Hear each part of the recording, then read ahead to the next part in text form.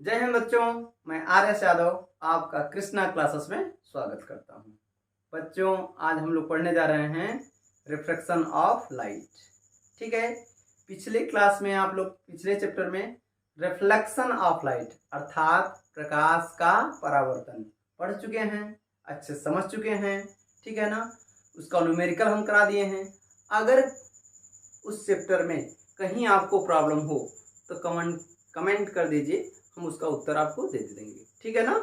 चलिए, बहुत छोटा सा बहुत बढ़िया चैप्टर और बहुत छोटा पढ़ने जा रहे हैं। ठीक है ना, हम लोग क्या पढ़ने जा रहे हैं बच्चों? Reflection of light.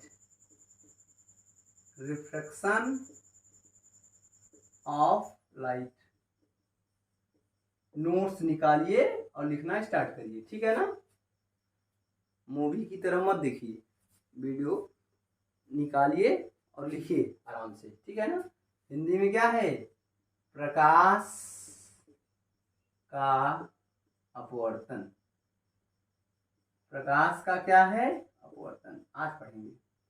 ध्यान दीजिएगा, रिफ्लेक्शन थोड़ा सा अंतर है, यहाँ एल हो जाएगा तो रिफ्लेक्शन परावर्तन बन जाएगा, और अगर आर है तो रिफ्लेक्शन। ठीक है ना भैया। चलो देखो, देखिए प्रकाश का अपवर्तन होता क्या है।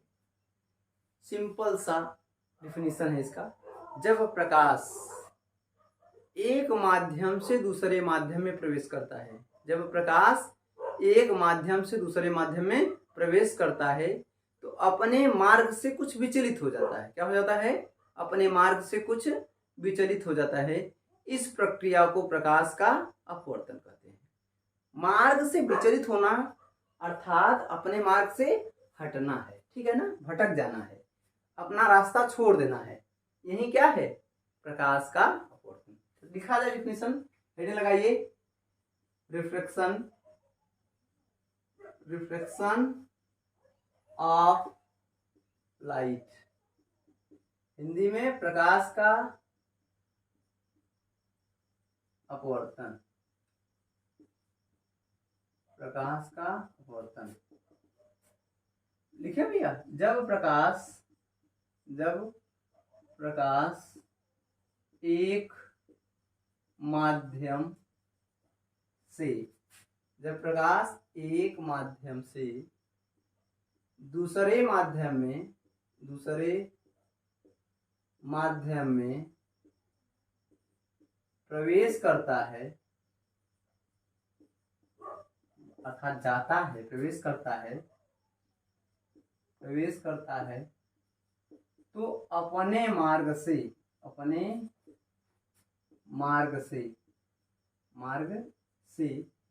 कुछ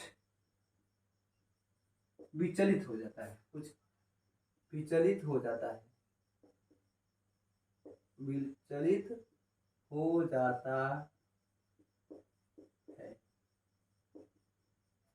जब प्रकाश एक माध्यम से दूसरे माध्यम में प्रवेश करता है तो अपने मार्ग से कुछ विचलित हो जाता है। इस प्रक्रिया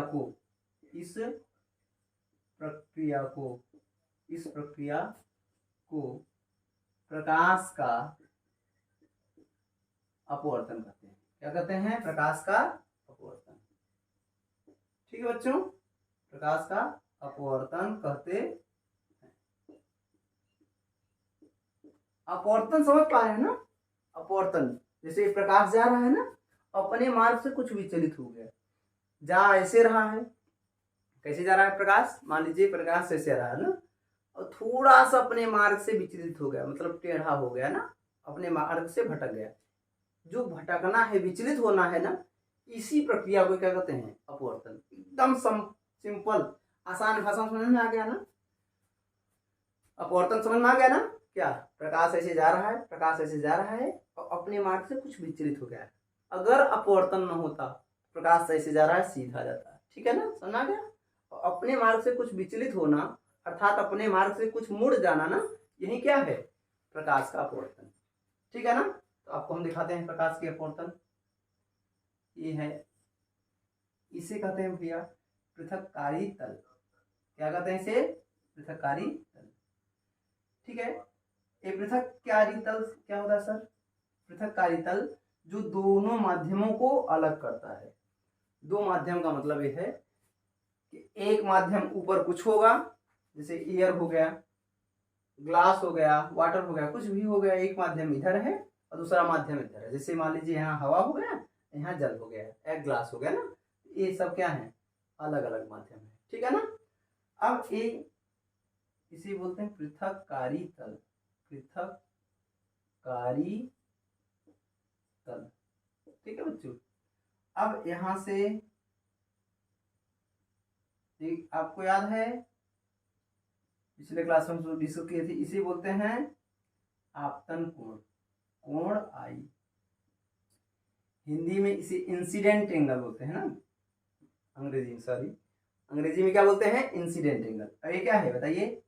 नॉर्मल है। क्या है? नॉर्मल। हिंदी में अभिलंब है। क्या है? अभिलंब।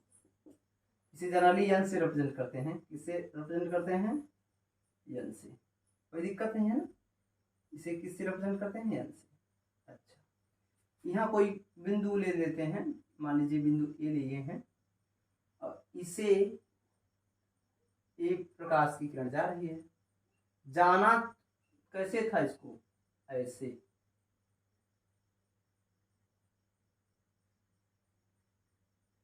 ठीक है ना।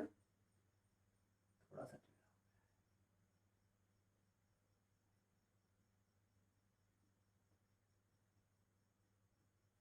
प्रकाश की किरणें ऐसे जा रही हैं।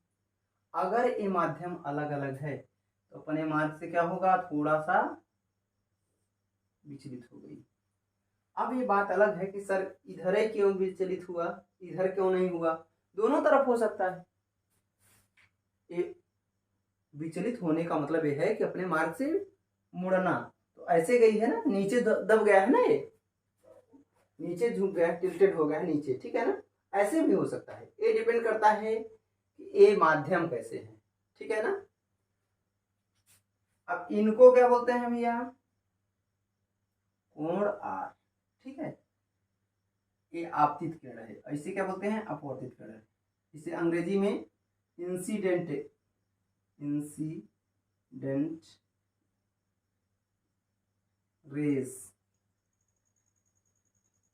ऐसे क्या बोलते हैं बच्चों? रिफ्लेक्टेड,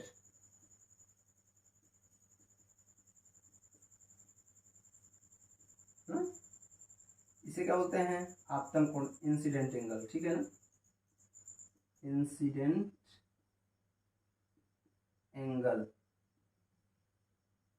ऐसे क्या होता है? Reflected angle. क्या बोलते हैं? रिफ्लेक्टेड,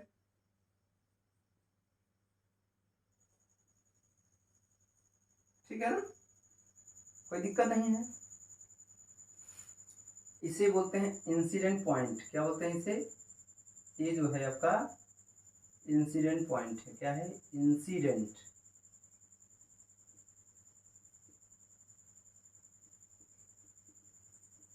कोई दिक्कत नहीं। आपतन बिंदु, हिंदी में क्या कहते हैं बच्चों? आपतन बिंदु, आपतन बिंदु, जिस पर प्रकाश की आपतित किरणें गिर रही हैं उनको क्या बोलेंगे? आपतन बिंदु। इसे नॉर्मल, इसे इंसिडेंट रेंज, इसे रिफ्लेक्टेड रेज। रिफ्लेक्टेड रेज क्या है? ये जो कोण आर है ना, यहाँ से नापा जाता है ना भैया, ये जो एंगल है ना, समझ पा रहे हैं ना, ये वाला एंगल, ये वाला कोण आर क्या है? Reflected raise. इसको हिंदी में अपवर्तन कोण कहते हैं। क्या कहते हैं? अपवर्तन कोण। यहाँ शायद कट रहा है नहीं, इस चीजें बता दे रहे हैं आपको, एक मिनट देख लें।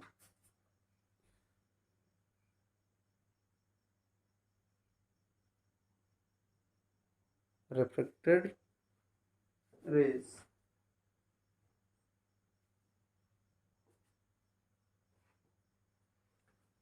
ये क्या है? रिफ्लेक्टेड रेज, ठीक है ना। यहाँ क्या है भैया? ये रिफ्लेक्टेड एंगल हो गया, ये क्या है? Reflected raise. ध्यान लिख देना, रिफ्लेक्टेड, रिफ्लेक्टेड रिफ्लेक्टेड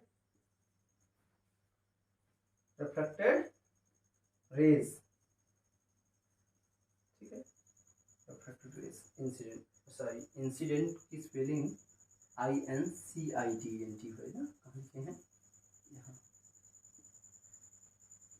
स्पेलिंग देख लीजिएगा थोड़ा सा, इंसिडेंट, ठीक है ना, कोई दिक्कत नहीं है। Reflected raise angle, incident point, reflected raise, incident raise, incident angle, इसे हिंदी में क्या कहते हैं, आपतन कोण, क्या कहते हैं बच्चों, आपतन कोण, इसे हिंदी में अभिलंब, ठीक है ना, ये है क्या है, अभिलंब है। फिगर बना लीजिए फिर मिटाए ना। ये हो गया आपका नॉर्मल, ये जो प्रकाश यहाँ आपतित हो रही ना, इस प्रकाश को आपतित किरण कहते हैं, क्या कहते हैं, आपतित किरण, इंसिडेंट रेज, इसे हिंदी में आपतित, क्या कहते हैं, आप पाप मत सुनिएगा, आपतित कह रहे हैं, ठीक है ना, आपतित किरण की पाप सुन रहे हैं, पाप किरण कौन होती, क्या है, आपतित किरण। और ये रिफ्लेक्टेड एंगल, इसे क्या कहते हैं, अपवर्तन कोण, इसको हम इधर लिख रहे हैं ना, अपवर्तन, अपवर्तन कोण। और कोई प्रॉब्लम, रिफ्लेक्टेड रेस, इसको इधर हम लिख दे रहे हैं, इस वाले को अपवर्तित किरण, अपवर्तित, अपवर्तित किरण, कोई दिक्कत नहीं ना भैया, खूब अच्छे तरीके से नोट कर लीजिए आप लोग, हम देखें कैमरा में कट तो नहीं रहा है ना, ठीक है। रिफ्लेक्टेड रेस थोड़ा बना लीजिए फिर आगे बताए ना, एकदम अच्छे समझ में आ गया ना। जब प्रकाश की किरण किसी माध्यम में से दूसरे माध्यम में, ए माध्यम कुछ और है, ए माध्यम कुछ और है, मान लीजिए यहाँ कौन, पहला माध्यम क्या है, मान लीजिए एयर है, और दूसरा माध्यम क्या हो गया, मान लीजिए वाटर ना, क्या है, वाटर, और ये है एयर। जब वायु से जल में प्रकाश पहुंचा तो अभिलंब की ओर कुछ झुक गया, क्या है, अभिलंब की ओर कुछ झुक गया। अब ये जो झुका है ना, ये झुक गया है ना, या अपने मार्ग से विचलित हुआ है ना, इसी को क्या कहेंगे, प्रकाश का अपवर्तन, ठीक है ना बच्चों, नोट कर लीजिए, जल्दी से मिटाने जा रहे हैं। अब अगर हम लोग पूछें कि प्रकाश का अपवर्तन होता क्यों है, सर समझ में आया अपवर्तन क्या होता है, लेकिन अपवर्तन क्यों होता है, तो आप बताएंगे कि प्रकाश का अपवर्तन अलग अलग माध्यम में प्रकाश की स्पीड के डिफरेंट होने के कारण प्रकाश का अपवर्तन होता है। अर्थात जब प्रकाश एक माध्यम से दूसरे माध्यम में जाता है तो प्रकाश की स्पीड, चाल बदल जाती है, क्या बदल जाती है, चाल, और चाल बदलने के कारण प्रकाश का अपवर्तन होता है, ठीक है ना। एग्जाम्पल में हम आपको बताएं, अपवर्तन देखे होंगे, एग्जाम्पल में बताएं, जैसे पानी भरा है, उसमें कोई कील डालेंगे, लकड़ी डाल देंगे ना, तो लकड़ी टेढ़ी दिखाई देती है, उसका रीजन क्या है, प्रकाश का अपवर्तन है। और आप लोग बताइए, आप लोग तो बोलेंगे हमें सुनाई ही नहीं देगा, ठीक है ना। प्रकाश का अपवर्तन, ध्यान से देखो, प्रकाश का अपवर्तन ये है ना, एक उदाहरण दिए हम, दूसरा उदाहरण आपको हम दे रहे हैं, कोई बाल्टी है, उसमें पानी भरी है ना, टंकी है, कोई पानी भरा है, तो आप देखेंगे कि उसका जो पेंदी है, तल, वो ऊपर दिखाई देता है, देखें ना आप, इसको देखने के बाद, वीडियो को देखने के बाद देखिएगा, ठीक है ना। तो जो जब ऊपर दिखाई दे तो आप समझ लीजिएगा क्या, कि प्रकाश का यहाँ अपवर्तन हुआ है। और कोई एग्जाम्पल, और एग्जाम्पल है, रात में कभी आपको देखे होंगे तारे टिमटिमाते हैं, टिमटिमाते हैं मतलब जलते हैं या बुझते हैं, ऐसा होता है क्या सर, तारे भी जलते बुझते हैं क्या, नहीं, तारे जलते बुझते नहीं हैं, यहाँ भी प्रकाश का अपवर्तन होता है। क्या है कि जब प्रकाश आ रही ना, अलग अलग स्थान पे जो एयर की डेंसिटी है, अर्थात वायु का जो घनत्व है ना, अलग अलग हो जाता है। और जब वायु का घनत्व अलग अलग हो गया तो मीडियम विरल से सघन या सघन से विरल, अभी ना, तो मीडियम चेंज होता है। और जब मीडियम चेंज होता है तो प्रकाश का अपवर्तन होता है। और इसी कारणवश, इसी वजह से तारे क्या होते हैं, टिमटिमाते हैं। समझ आ गया ना अच्छे से? कोई दिक्कत यहाँ तक नहीं। चलिए अब हम लोग देखने जा रहे हैं प्रकाश की अपवर्तन का नियम, लॉ ऑफ रिफ्रैक्शन। यहाँ कोई प्रॉब्लम तो नहीं है इन सब में। एक बार फिर से देख लीजिए, ये जो लाइन है इसे क्या कहेंगे, नॉर्मल। जो प्रकाश आ रही है उसे क्या कहेंगे, इंसिडेंट रेज, आपतित किरण। जो ए रेज है इसे क्या कहेंगे, अपवर्तित किरण, रिफ्रैक्टेड रेज। ये जो ए वाला एंगल है, ये जो एंगल है कोण आर, कौन सा कोण, कोण आर, उसे क्या कहेंगे, अपवर्तन कोण। जो कोण आई है इसे क्या कहेंगे, आपतन कोण। ये क्या है, पृथक्कारी तल। सब कुछ समझ में आ गया ना? आप लिखेंगे law of refraction, law of refraction,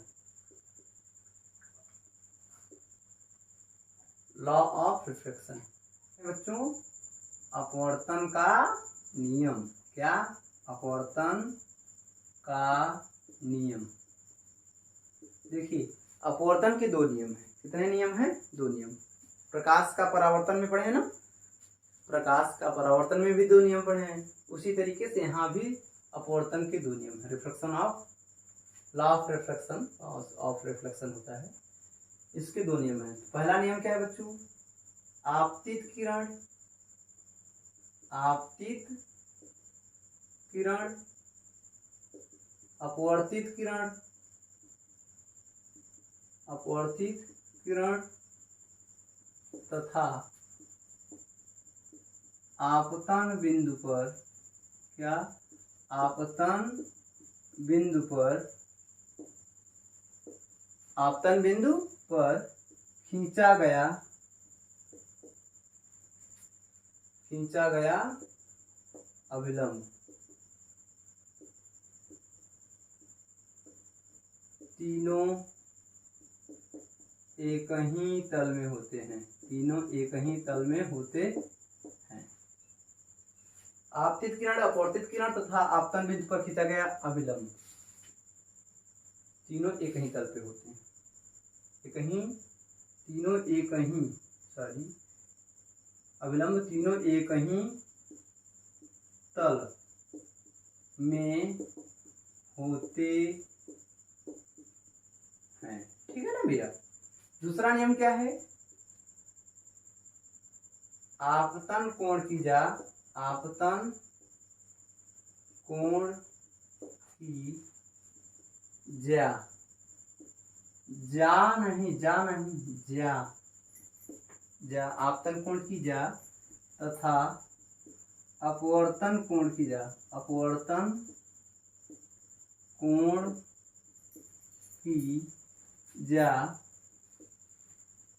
आपतन कोण की जा, ज्या का मतलब थोड़ा सा ध्यान दीजिए, ज्या का मतलब क्या होता है, साइन ना। आपतन कोण की ज्या तथा अपवर्तन कोण की ज्या, साइन का अनुपात, का अनुपात नियतांक होता है, नियतांक होता है। ठीक है ना?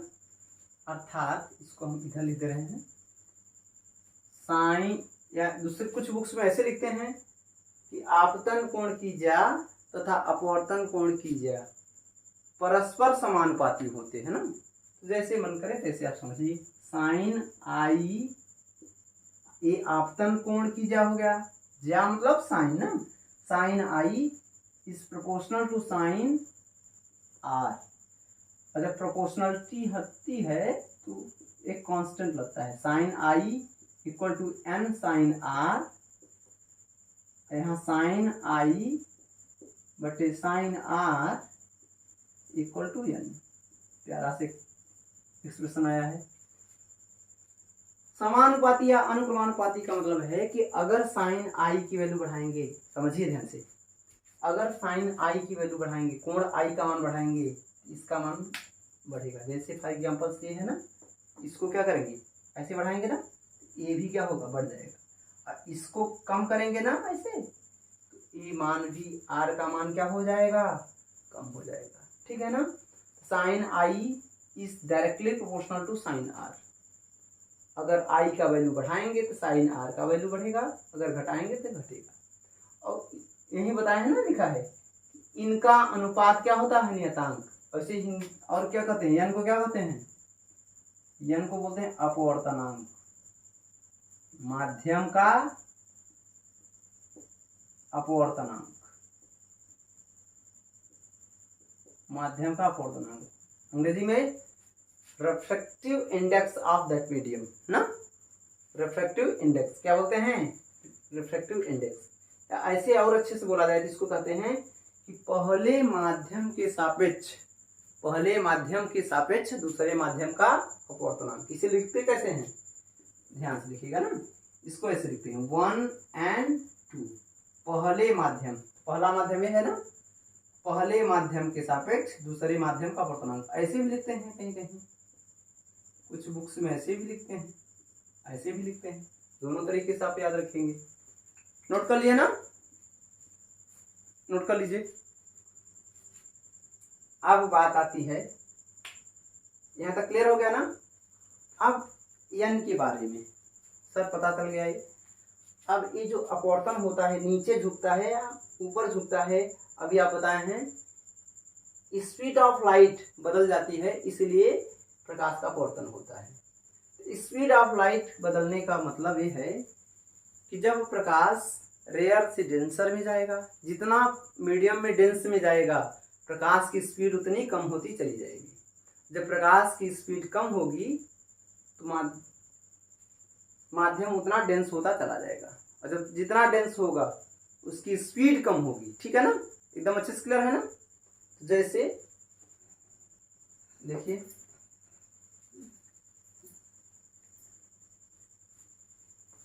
Sine i proportional to sine r, मतलब sine i by sine are.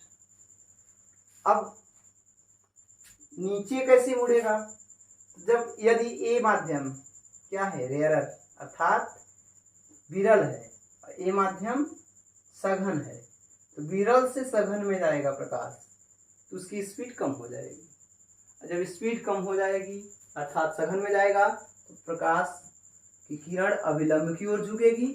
यदि सघन से विरल में जाएगा तो अविलंब से दूर हटेगी। ध्यान से सुनिए, बड़ा अच्छी एग्जांपल में हम बताते हैं। विरल का मतलब हिंदी में, देसी में बोला था ना, ऐसे समझिए कि बीडर का, और सघन का होता है गझिन, सघन, घना, समझ पा रहे ना, घना। तो आप बताइए, जब कोई चीज चल रही है तो घना में ज्यादा स्पीड चलेगी कि जहाँ खाली स्थान होगा? तो ऑब्वियस चीज है क्या, कि जहाँ खाली होगा वहाँ तेज चलेगा, और जहाँ घना होगा, सघन होगा, गझिन होगा, वहाँ धीरे चलेगा। तो हम लोग पिछले क्लासेस में सीखे हैं कि अगर ये मान लीजिए ग्लास हो गया और ये एयर हो गया, तो ग्लास कैसा होता है, ठोस होता है। ठोस में इसके मॉलिक्यूल्स पास पास हैं। कैसे होते हैं, मान लीजिए ठोस में क्या होते हैं, यहाँ मॉलिक्यूल्स पास पास होते हैं ना, और एयर में दूर दूर। ये क्या है, विरल है, ये सघन है, यहाँ प्रकाश धीरे चलेगी, ये माध्यम में हो गया कैसा, सघन, और ये धीरे धीरे चलेगी, सॉरी तेज चलेगा, तो ये कैसा माध्यम हो गया, विरल। जब प्रकाश विरल से सघन में जाएगी तो क्या होगा, अभिलंब की ओर झुकेगा, और जब सघन से विरल में जाएगा तो प्रकाश अभिलंब से दूर हट जाएगा। इतना अच्छे से क्लियर हो गया ना। चलिए अब इसके आगे हम लोग नेक्स्ट क्लास में डिस्कस करेंगे। तब तक के लिए बाय बाय।